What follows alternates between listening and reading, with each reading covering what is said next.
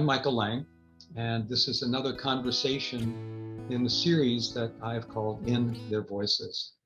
And today I'm talking with Manon. Welcome. It's a pleasure to have you here, and it's just a joy to be able to speak with you.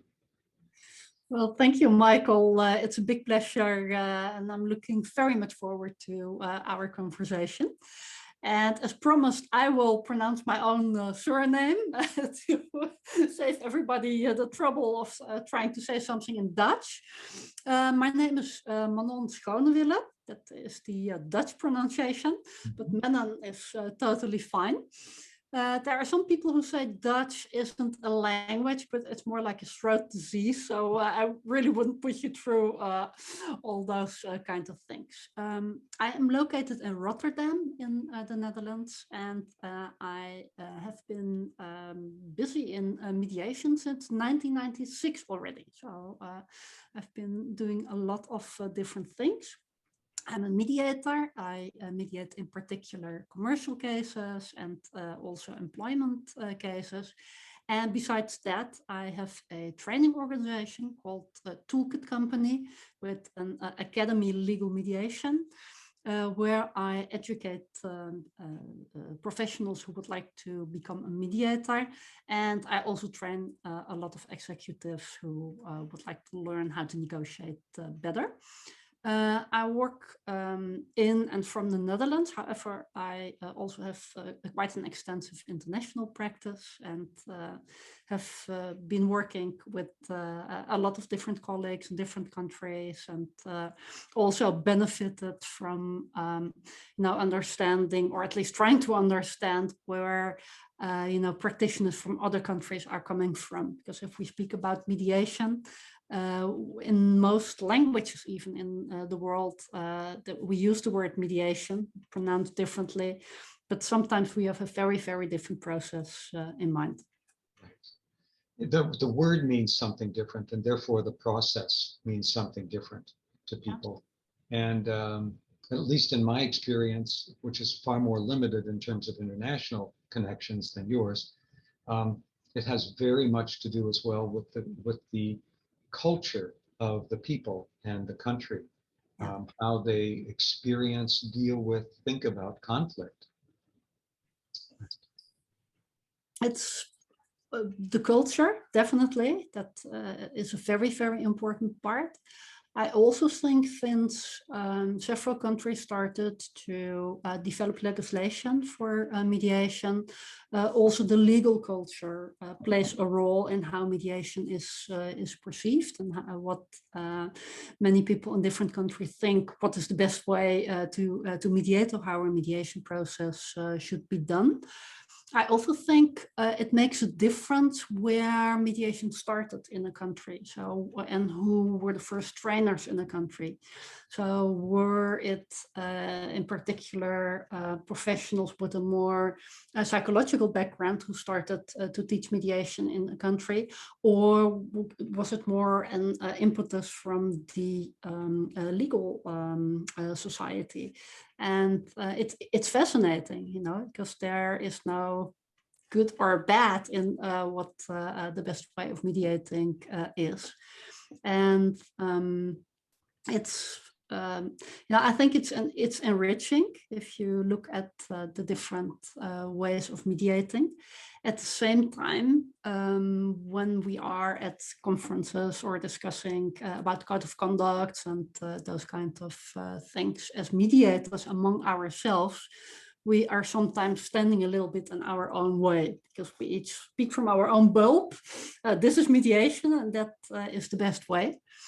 And so I sometimes think it would make sense to have a mediator or deal facilitator, mediate between us mediators, to have a conversation about, how to make the best out of all different approaches of mediation, and what can you learn, what tools and techniques, what wisdom is there in each way of mediating, and then help everyone to decide what would I like to use in my own practice, so develop your own style. So I want to ask you, because I fully agree. One of the things that troubles me but it's also a marvelous opportunity, and this is what you're describing, I think, is when people get together, they tend, even us as mediators, knowing how to work through conflict situations. The way we talk to one another is, this is the way I do it, and it's right. And the other person said, well, no, I do it the other way, and it's right. And we don't ask the questions, why do you do it that way? What is it that you see? What is it you think? What influences the way in which you do mediation? Because that's the only way we can really have that kind of conversation. Yeah.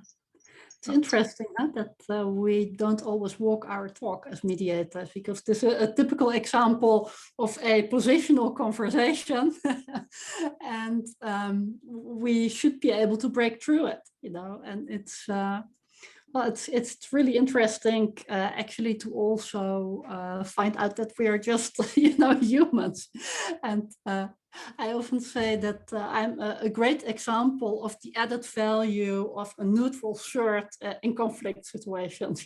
I can get carried away if I'm part of a conflict situation. Well, and well, that exactly.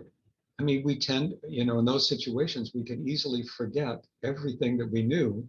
And that so-called lizard brain, just that fight, flight, that kind of responsiveness just can tend to take over.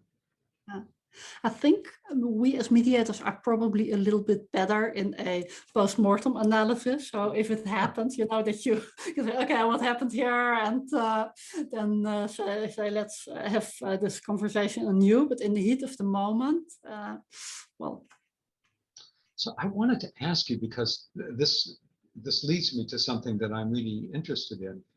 I know that you have developed a very thoughtful, creative, and robust training modules for your courses. How do you adjust when you teach in a different country for the differences in those countries? Whether the differences, I mean, the most obvious ones, of course, would be the legal system. But I'm thinking even more in terms of the way people think about, perceive, and have customs around conflict. Yeah. Well, actually, I have different approaches for different target groups. So the first approach is if people are or professionals are being trained to become a mediator in a particular jurisdiction, I will always team up with somebody from that particular jurisdiction. So, for example, Toolkit Company has been doing a lot of trainings in Greece, here in Europe. And so I collaborate very closely with a colleague who is a very experienced mediator, Dimitra Triantafilou. And so what we did is that I have the base, the core of the training, which is teaching certain techniques, teaching how the mediation process is being built up in certain stages, the do's and don'ts, and those kinds of things.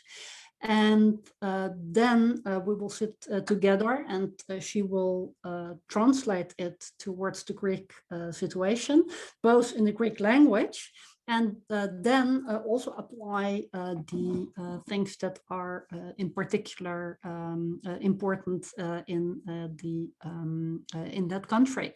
So we teach it in the own language. I don't speak a lot of Greek, just a few words. How we started, and it was already way back in 2013. I went for a couple of months to Greece, and we co-trained. So we had simultaneous translation from the parts that I did. And so she learned how to teach the Toolkit program. And added all the things that are important for the Greek market. So that is an example of how we do a local training. And now more and more Greek trainers are co-training together with Dimitra, and so all is being done in Greek. And so it has been Greeked the entire training. Here in Netherlands, it's easy. You know, I know the culture, so I developed it from here and actually translated some international stuff back towards, okay, how would that work out in the Netherlands? I also teach international courses where we have a class with people from many different countries. And I in particular do it in online because you know, you can really easily work with people from around the world. And last year and this year we had classes with people from Switzerland, Netherlands, Austria, Singapore, India, United States, and all of them in one class. You know, it was really exciting to have that. And very enriching because you learn so much from the different styles. And how I adapt there is actually that in all the trainings that we do, we show many different types of mediating. So I have videos and demonstrations of how is mediation being done in the United States, or how did it start there? Videos from how did it start in the Netherlands? Going through, you know, transformative mediation towards facilitative and highly evaluative narrative mediation, the solution focused. And what I like a lot about going through all of these styles and not saying this is the style that you have to do, is that each style has value and each style has little gems that you can take out and little gold nuggets where you can really learn something as a mediator. And that's actually also how I mediate. I don't have one particular style. I mean, of course, you have things how you do it and what is regular. However, you know, if you can just pick, like you have your toolbox, you have your toolkit with all many different styles, with different techniques and different tools that you can use, you're becoming a much better mediator, and you can really, really develop your own style. And I think that's the most important thing. When I look at some of the challenges that young mediators have, is one of the biggest challenge is that they think they have to be or play the mediator. And suddenly you see different persons sitting there. Yeah, no, I need to mediate. I need to be very, you know, neutral. I need to be this and that. And when you have a normal conversation, you know, it's a very different person. And I think it is so important to be you in the mediation as a mediator, just genuinely you. And even if that means you do things that are in the not to do list or would make mistakes or something like that, I think it's better to do it like that because you bring you in the process and people actually ask you to help them to solve their conflicts because of you. I don't know how you see that, Michael, because I think it may touch on the reflective practitioner. Well, and I do think, I mean, I do think people need to be authentic and true to themselves.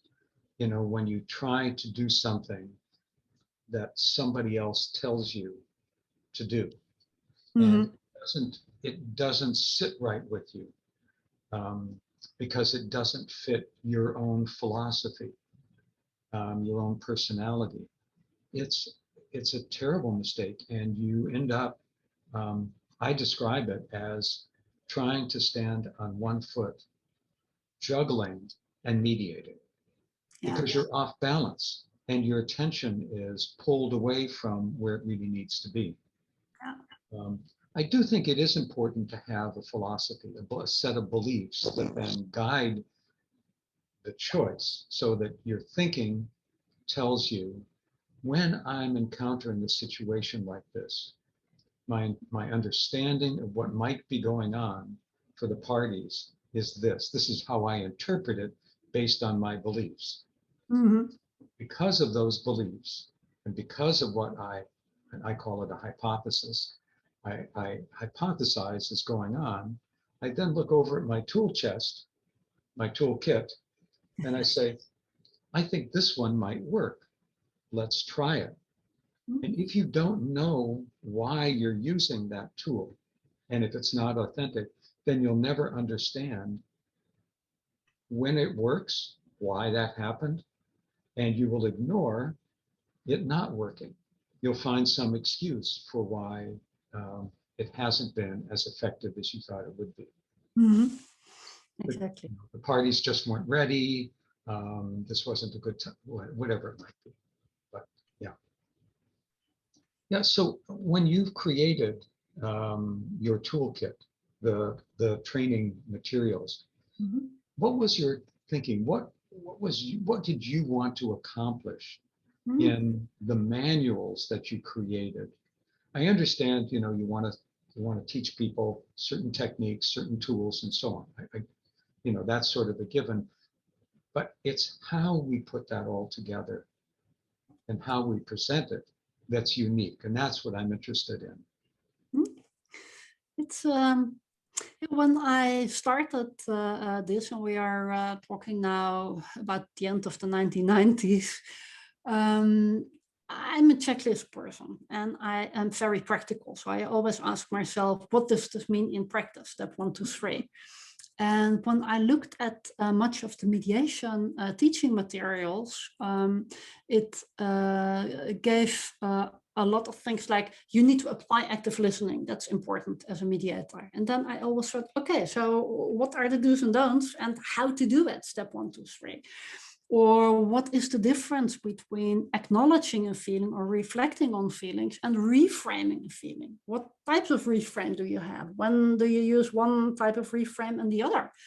And so I was looking for literature to find that, and I couldn't find it. So I made overviews and checklists for my trainees. And then at some point that got into a book.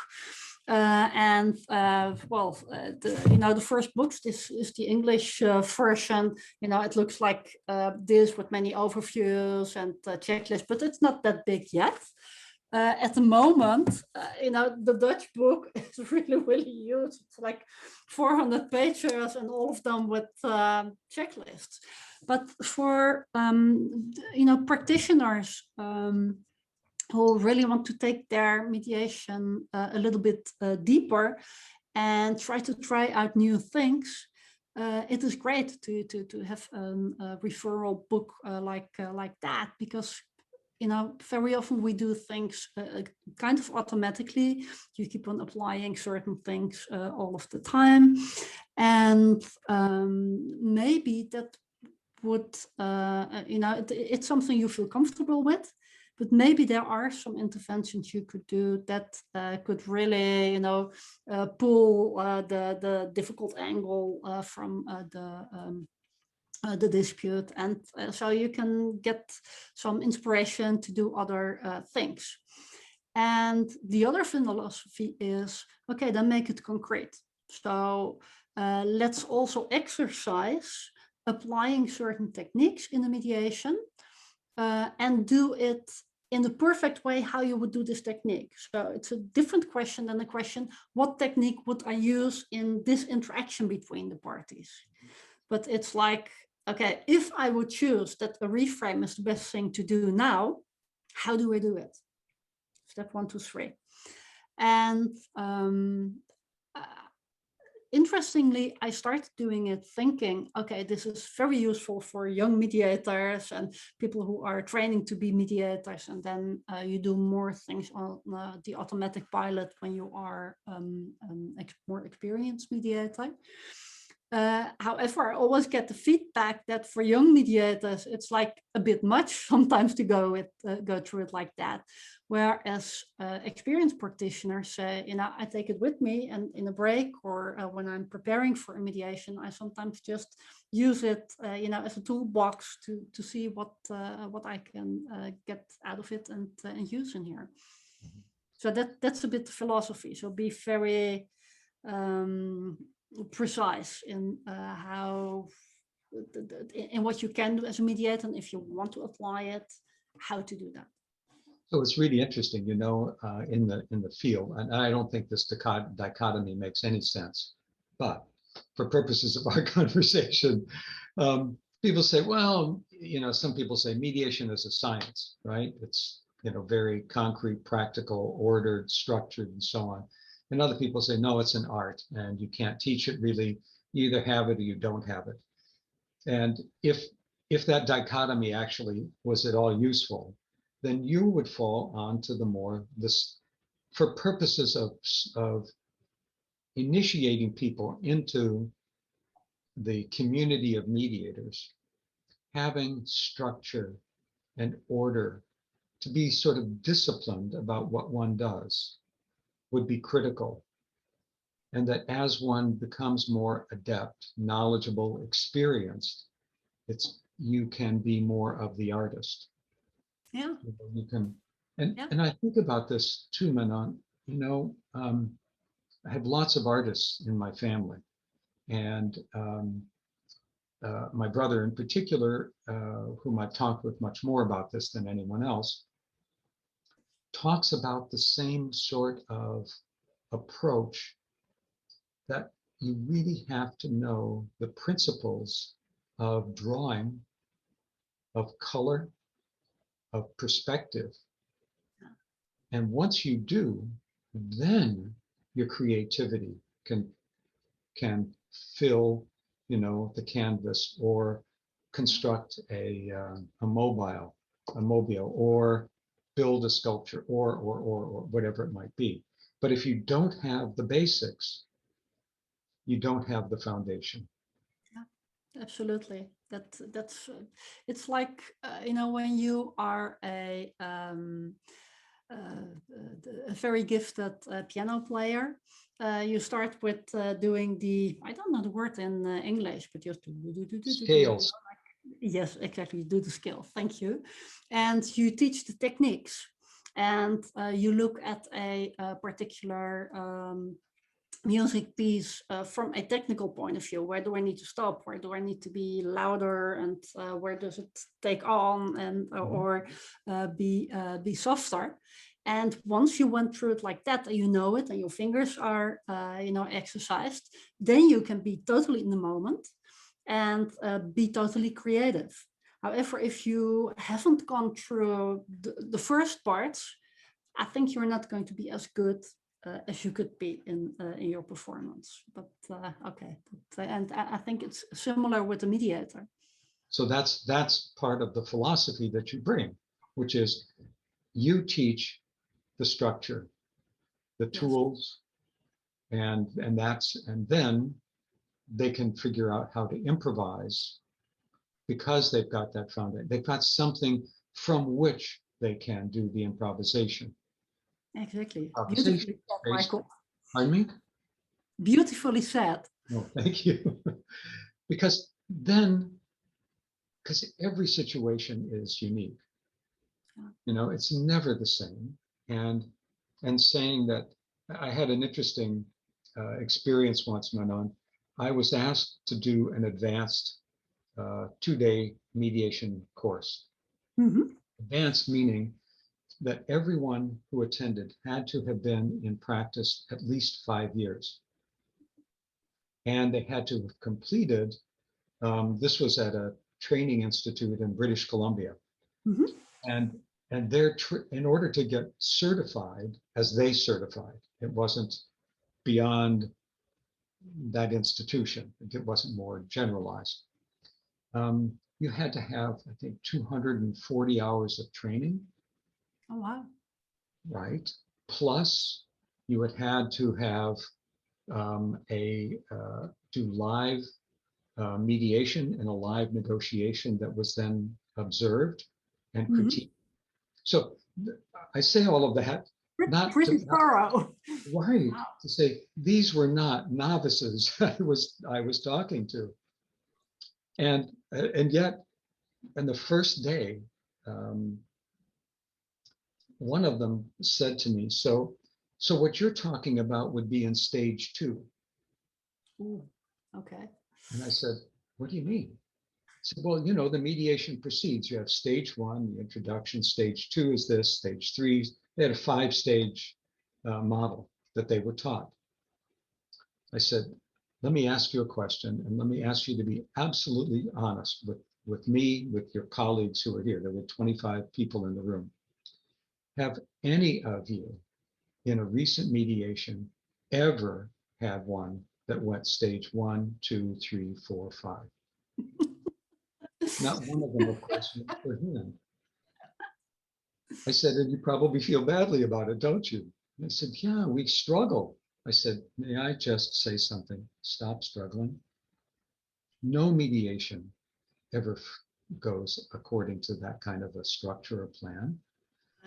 And yet we do need to teach it in that way. It's a teaching model. It's a teaching tool in order to make sense of the complexity. And after that, you know, you use whatever is being there, and you need to be in the moment.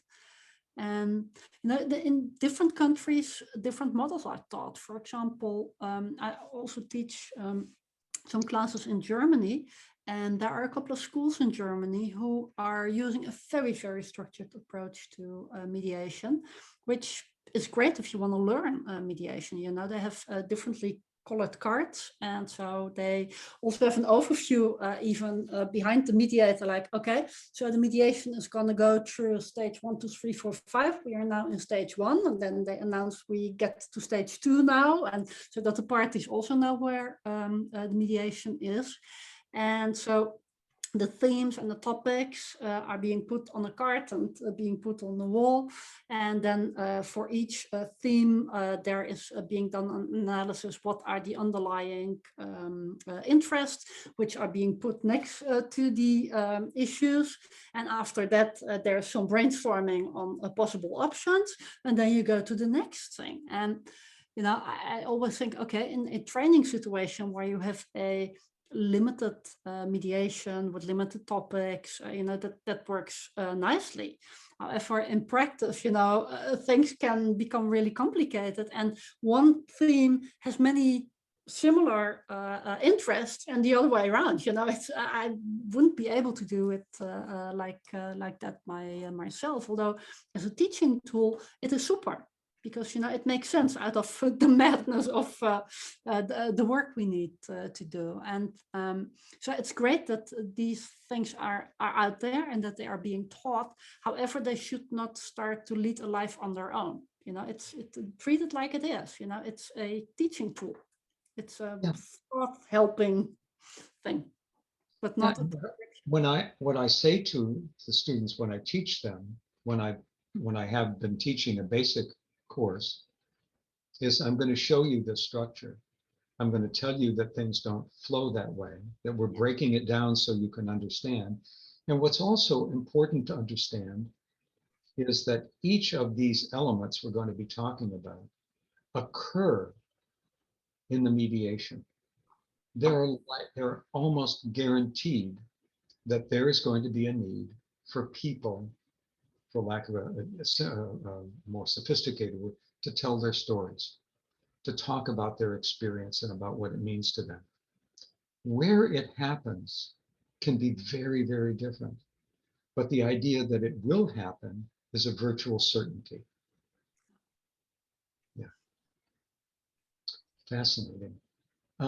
So how do you teach people to both have that sense of structure and then recognize how they can use that structure authentically, as you were talking about earlier, that it has to be true to them? How do they make it unique to themselves? How do you help teach them? Well, a little bit on what I said earlier. So we start to teach first in a quite structured way. So each day is covering a different stage of the mediation, and the things you need to do there as a mediator, and things you can probably encounter.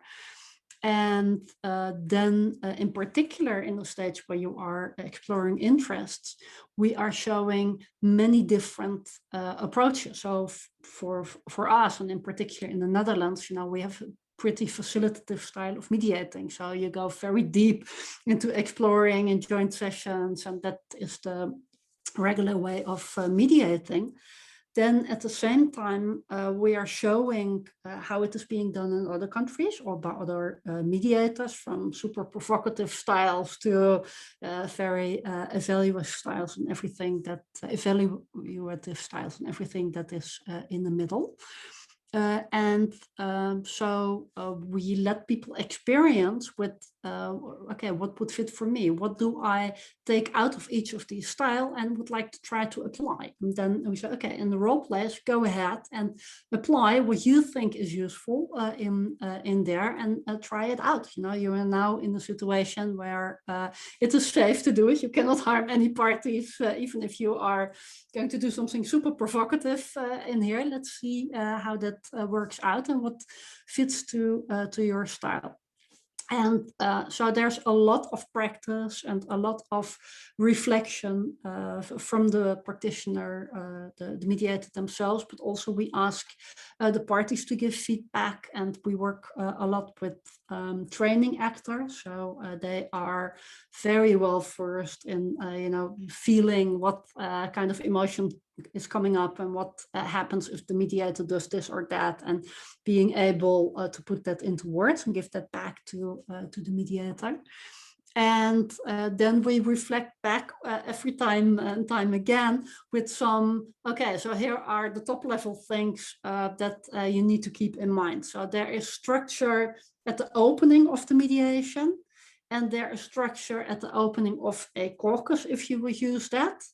And at the end, there are certain things you have to do.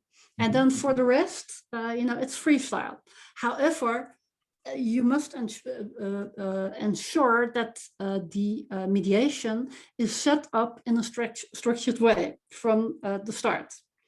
If you don't do that, you may likely run into trouble. So there are a couple of do's and don'ts there. So we teach that, and then you can have the free fall. So an example of the very specific structure where I often see things not really going right in the mediation is if at the start you don't give as much time to each party to start their own story from their own point of view, or just let one party start and the other react to that. So in the opening, in our teachings, we are quite strict and say, look, you have your opening as a mediator, however you want to structure or do that. Then you are asking each party in turn to, you know, explain or give an answer to a nice open-ended question. However, both of them need to do the same, are given the similar amount of time, and they should not react to each other. Because the one who would start and the other who reacts, you have anchoring, and so there, you know, your neutrality is compromised. You sit in the middle, ensure that you start in a way like that. So other than that, I mean, okay, if you summarize the one party, you need to summarize the other one as well. There are not a lot of really direct rules, but if you don't do that, so you just say, okay, tell me why you're here, what you expect from mediation, and the other one starts reacting to that, and you will mediate on that. You can see mediation derail very fast. Very fast. Yeah, so we make a difference. I'm thinking out loud, you know, you are asking questions where I think, you know, yeah, I've been doing that for a long time, but why do I do certain things and how do I do it? I think that the short version of the answer to your question is that if that there are certain things you have to do, and we teach that very clearly. Then there are things you can do, and you get very good checklists and overviews like, okay, this is if you want to do a specific technique or intervention like that, here are the steps to do it. And then for the rest, let's experiment and be in the moment and ensure that you develop your own style, what fits to you, but what also fits to the situation and the parties at hand, because, you know, let's not be a one-trick pony. Right. Right. And, you know, I was thinking about the idea about what happens when people first begin to talk. and tell what their hopes are, what their problems are, however they want to describe it. And however the mediator chooses to ask a question that invites them to speak. The one problem that you identified and mentioned is that if they begin quickly to react to one another before each has had an opportunity to speak, it challenges the mediator in a way. The other thing is that it tends to set the agenda on the basis of what the first person has said, instead of the agenda being what both of them are concerned about. Exactly. Yeah. Yeah. So, yeah, and I've taken to in my mediations, I just say, look, while the other person is speaking, just pay attention. You may hear something. You probably think that everything this person is going to say you've heard 12 times already, but there might be something new. Pay attention to that. And then you'll have your opportunity. And then I ask them, after they've spoken, was there anything that either of you said that was different or new, that you had something you hadn't heard before? As a way of combating the idea that only one person gets to set the, it has other benefits, but it also prevents one person from dominating the agenda, not necessarily the ultimate conversation, but the first person who speaks often ends up that's what they end up talking about, unless you create the opportunity for something different to happen. Exactly. And yeah. So that is one of your big tasks as a mediator. Yeah, Right. That's a great intervention indeed, also to ask the parties, so is there something different what you heard or something new? Because in fact, that's one of the really important tools and mindset for you as a mediator, that you need to listen to or be curious about things that are different than you expected, or where you see that one of the parties is expecting something else. And I also think this curiosity tool is something that helps you as a mediator to remain in a neutral mindset, because even as mediators you can say you have to be neutral. You aren't. You have your thoughts, you react to certain things. And for me, a very good way of dealing with that is trying to be curious. Like, hey, why is this person saying that? What would be behind that? I would like to learn more, and then have the same with the other party. Because when I started out as a mediator, I have a very expressive face, so you can always see what I think. And when I was taught mediation, it was like, yes, you have to be neutral. And then I said, okay, I have to be neutral, yeah. And I couldn't. So for me, this helped. Okay, let's be just curious, So that is a I'm not putting labels on anything. So for me, that helps, and that's a good tool. So the curiosity tool. Yeah. How do you teach them curiosity, to be curious people? There's a tendency to be sort of almost like an interrogator, in a benign way, in a pleasant way. But nevertheless, I've got my mindset. I know what I want to ask you. I know what I want to ask you. And it then becomes what the mediator's thinking, rather than responding to what the parties are thinking. So how do you teach them to be curious? That is, I'm not sure whether you are able to teach somebody to be curious, because I think that really has to do something with a mindset, that you can help the professionals who want to become a mediator develop at least a feeling that it is important to be curious, and help them to have a different line of questioning. So because, on one hand, it's a mindset part. Okay, I'm curious, instead of having an opinion about what I'm hearing. Then even if you have the right mindset, there is the technique of how do I ask certain questions. Right. And so I think I focus more on the how to question them, and also showing cases in a very practical way, like, okay, so this is where each party came with initially in the mediation. Those were their positions. Then we found out that these things were going on, and that was going on. Then they disclosed these interests, and that came at the table. So that was quite a big surprise. And so this to alert them that there is more than what you would think from the first start on, and then ask them questions all of the time. So if you have parties with these positions, what do you think what the case is about? What kind of questions can you ask? What would you explore in? And then, okay, so in this particular case, these things actually happened. Those were the underlying interests. So if you hear this, what kind of possible solutions do you think they could have based on that?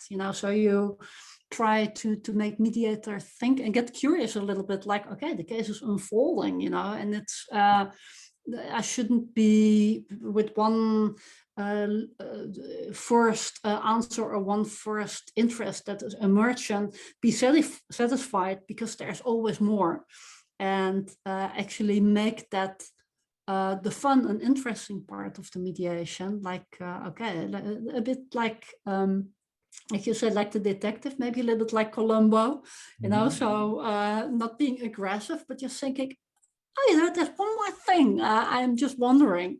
Right. And, that's how the Columbo tool, I think, is also a very good one as a mediator. Do demonstrations as part of it. Yeah. So you and the other people you train with, your co-trainers, you actually will demonstrate these techniques to them. Yeah. We also do that. So we do storytelling, we teach the theory, we do games. So we have a toolkit game where you just apply many techniques to different sentences that parties say. So apart from a role play, because in a role play it doesn't always fit, then we do role plays, we have video demonstrations, we have live demonstrations from us as teachers. We also work with training actors, so people who really can play different types of parties and react in a certain way. So they play the roles. Yeah, not always. I mean, there's definitely benefit in being in the role of a party yourself as a mediator and understanding what is happening. But we do all of these things as part of our course. So I have one practical question to ask you, and then I want to talk more, if you're up for it, talk more about the training that you do. Yeah, sure. I love training. I'm pretty passionate about it. So go ahead. That comes through very clearly and wonderfully so. What I'm thinking about your description of everything that you do, and you haven't even given me a complete menu or agenda of what takes place in the training. Over how many hours does this training occur? It's differently in different countries. So we teach this international course where in particular also mediators from the Swiss Chamber of Commercial Mediators. So Swiss mediators are there. They need to have done 120 hours. And so we break it down in 3 modules. 2 of 55 hours, and then a short follow-up. Here in the Netherlands, it has to be like 20 half days, so 20-day parts. And in Greece, it's also something like 120 hours. So it's, it really depends. So what we did is we have a core of our course, which is certified by the International Mediation Institute. And then we build on that course, so that's like 45 to 50 hours. And on that core, we do different things for the different countries that are necessary. So here in Netherlands, after the 20 days, I think it's important to also do a specialization. So that's another 5 days. And I think then you are really ready to start mediating. in particular, if possible, start out as a co-mediator, you know, with a more experienced mediator, and because it's well, it is very nice to co-mediate. You can learn so much even if you, as an experienced mediator, work with a young mediator, because they ask many different questions, and they make you actually prepare better for a case, because well, you know, you do it together. And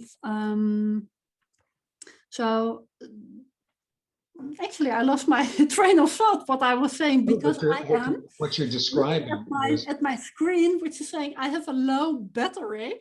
So if I drop out, I will call you back on my iPad, where we can also talk, because my dear husband came here to the office and had forgotten that it is a holiday. It's a public holiday here, so he didn't bring the keys and the badge that he needs outside to get in. So he is back at home on the bike to get me my thing to reload it. So if I'm out, I will dial in through another means, Michael, and I'm sorry for the confusion. No, I understand. One of the reasons I'm smiling is contrast what you've just said, which is this robust training course, extensive and detailed. When I moved to Florida, I thought, well, I'll become a certified mediator. I'd never been certified before, because I'd never practiced in an area where that was either available or necessary. And it was necessary here only if you wanted referrals from the court. Yes, we are saved. We have Jews again. Good. So, and this was after having 30 years of practice, you know, all of the things that I had done. But the requirement was that if you wanted to be a certified mediator, it didn't matter who you were, there were no exceptions. I took a 5-day course. This was a family mediation. This was basic family mediation. 5-day course that probably, you know, with breaks and everything else, it probably was 37 hours, maybe 38. Wow.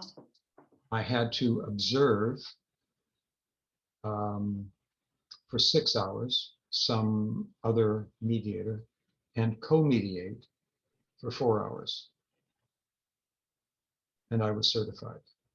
Oh, okay. Whoa. Now compare that. And you understand why I was just sort of shaking my head and smiling. What I know is that 40 hours is a grossly inadequate amount, especially when you think that when the training for family mediator includes a module on taught by a chartered accountant, certified accountant, for 4 hours on financial matters. Oh, wow. Okay. So that you could figure out how to calculate child support and understand income tax issues that might be involved as in a family, in a marital dissolution. And there was another module about the psychological impact. That was a couple of hours. And then a 4-hour module from an attorney about the legal matters. You take that away, and it really meant that we probably had 20 or 25 hours of training just about the process of mediation. Yeah, it's Totally. what I'm thinking. Well, obviously, if you really want to become a professional mediator, you need more training, and that it's super useful. After that, you need co-mediation or mentoring if you really want to do it in a professional way. On the other hand, you know, we also know of a lot of the first mediators when there were no mediation courses, who found out how to mediate in practice themselves, and also did a great job, you know. So I think And it's a there were, little double. So on one hand, you know, yes, it's like, you know, if you want to become a lawyer, you need to be taught law. If you want to become a mediator, you need to know, you know, the accountancy part, the mediation part, the psychology part, the interhuman connection part, and, you know, many other things. And that needs to be done through training. However, if you have time enough to try it out in practice and teach it yourself, like the pioneers did, maybe you can. well, and that's the thing, you know, there were a lot of pioneers who did very bad mediation until they learned better. You know, they didn't start out being brilliant. And speaking as a sort of, if I can put myself into the category of pioneer, only by virtue, at least by virtue of longevity and age, I made so many mistakes. You know, I would do things so differently today than I did then. And hopefully that means that I would do them better. But I actually learned something over the years. But I wanted to ask you, Manon, about how you manage role plays, because two parts of I'm curious about. One, how you did that during the period when you couldn't train face to face. What was that like? And then secondly, I'm interested in knowing a little more about the process you use for providing feedback. Okay. Well, I very quickly went online and thought, okay, we need to mediate online because courts were closed, and before we leave people with a conflict, you know, on their own, let's go online and do it. And I noticed very quickly that much more was possible online than we previously thought. You know, there you can do the intake, you can even explore interests, you can even deal with emotions. And sometimes certain things go better online than if you would do it face to face. Maybe because people are in their own surroundings and feel more secure and less vulnerable. Maybe it is because you sometimes have these cut off, so you need to talk a little bit more slow, and you know, these kinds of things. And on the other hand, there are quite some do's and don'ts. And then I thought, you know, if we need to mediate online, why don't we train people to become online mediators? So that's going to be the number one, because this is, you know, even if all the virus stuff is going to go away, online training and online mediating is not going to go away. And so we started experimenting with that. And there are a couple of practical things that you need to keep in mind when you are teaching people to become mediators online. Like, there's technology. You know, you always have to train with a co-trainer, even if it's a very small group, because you know, well, maybe you run out of juice, out of battery, or you know, there is a cut off. So that is one thing. You need to learn how to multitask because, you know, people also run in and out of a classroom. You cannot teach an entire day like you normally do. You need to have breaks in between that. So, for example, ask a physiotherapist to come and do some exercises with us and explain how can you sit better without having problems in your back. And so she sits there and does some really great exercises for us, so we all are energized and can go to the next module. The other thing is, before I taught entire courses online, I always thought, okay, with online, it doesn't matter whether it's 10, 20 or 100 people in a room, it's more like just sending out some messages and that's it. And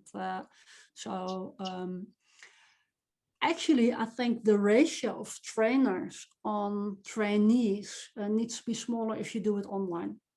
And so we have had some really great results with people who were newly trained mediators and who did great, only because we have been teaching in breakout rooms, doing the role plays online, with always a coach there. And so coaches know how to give feedback. We also have a module where we speak with all the trainees how to give feedback, because not everybody likes to get feedback. It's something that can be, in particular, if people already have a long career and have a lot of things they can do. It is quite difficult sometimes to realize that as a mediator you're a newbie. So we have also forms for that. Basically, we always ask when you are observing somebody else mediating, or when you are playing the party, please always say at least 1 or 2 tips. So things that could be done differently the next time for the mediator, or what you experienced in your role. And mention at least 2 or 3 top things the mediator did very well. And we do that in a structured way.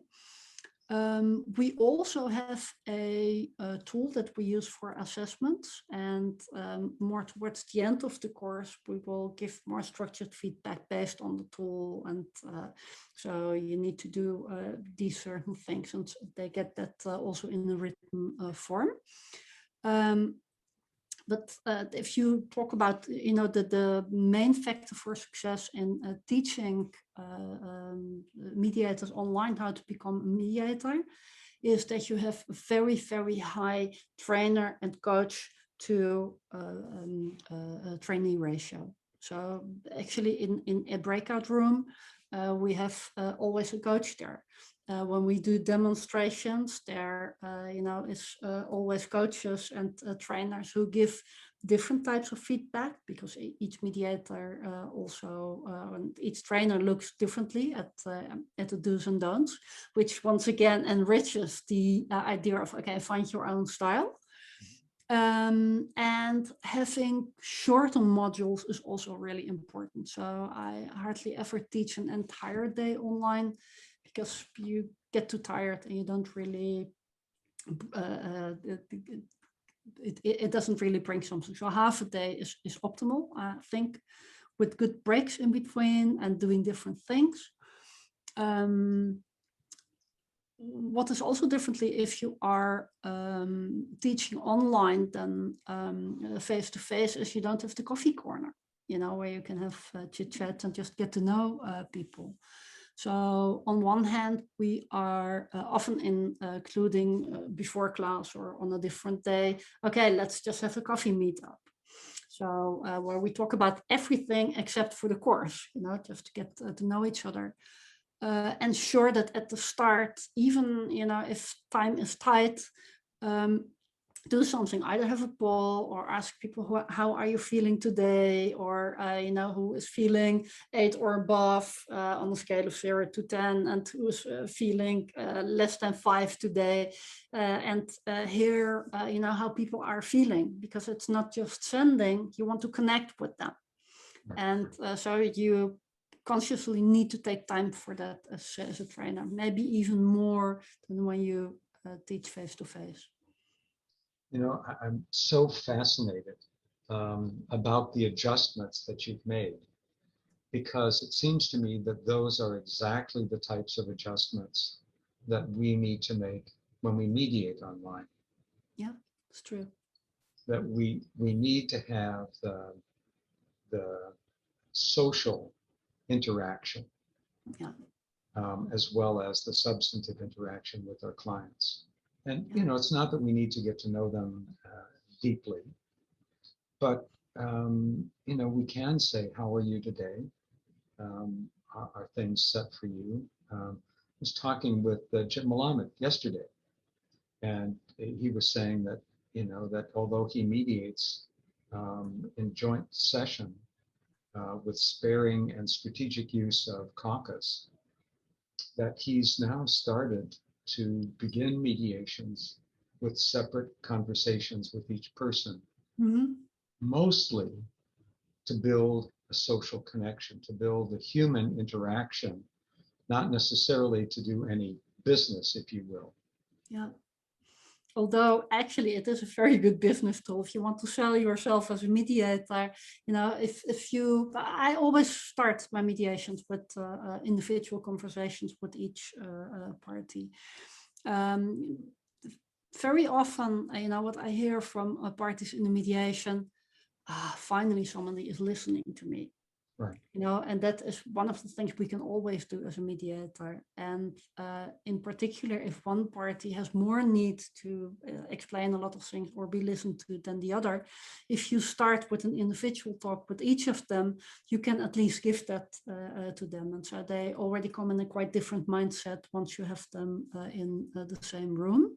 And then, with online mediation, actually the interesting thing is that you can use a neutral joint topic like the technique, like, do you do a lot of things online and one person, doesn't know how to change the name, for example, on screen, or is not very audible, and then they can give each other advice on that. So they, interact differently instead of having this very formal, and it's about the dispute. So in a way, the technique can be a nice icebreaker. It can. Well, I'm incredibly impressed with how because if I were to, I can't possibly sum up the way in which you've described your approach to training, but I'm gonna try and see if this fits, because listening to you, my experience is that you are as concerned about the people in your classroom, whether it's virtual or face-to-face, that you are as concerned about them as individuals as you are about the content you're teaching. Yeah, I think that's the case. Yeah, it's content, but in combination with people. Yeah, because you can't have the one without the other. And actually, this is what makes our work so nice. But that's your philosophy, and that's what I'm acknowledging and appreciating, is that for many trainers, it isn't that they just see, the trainee as somebody who occupies a chair or a tile on the screen.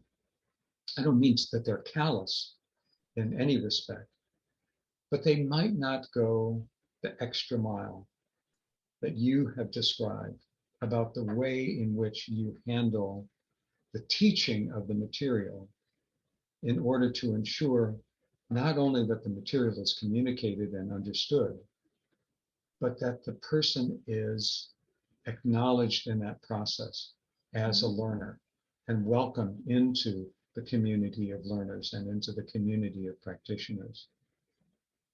And actually that makes your work as a trainer much nicer, because it's never on the automatic pilot, because you keep on co-creating a training in a way.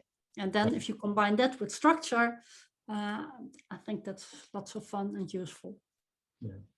Manon, I'm almost at the end of our time. Yeah. Oh my goodness. This has been— Time flies, huh? It's incredible. It's just fabulous to be able to speak with you. Is there anything that you had wished I had asked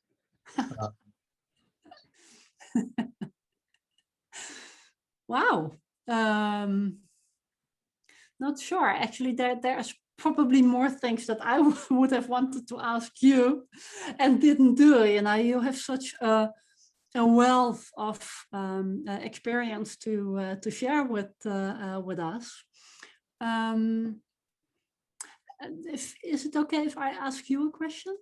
Of course. Okay.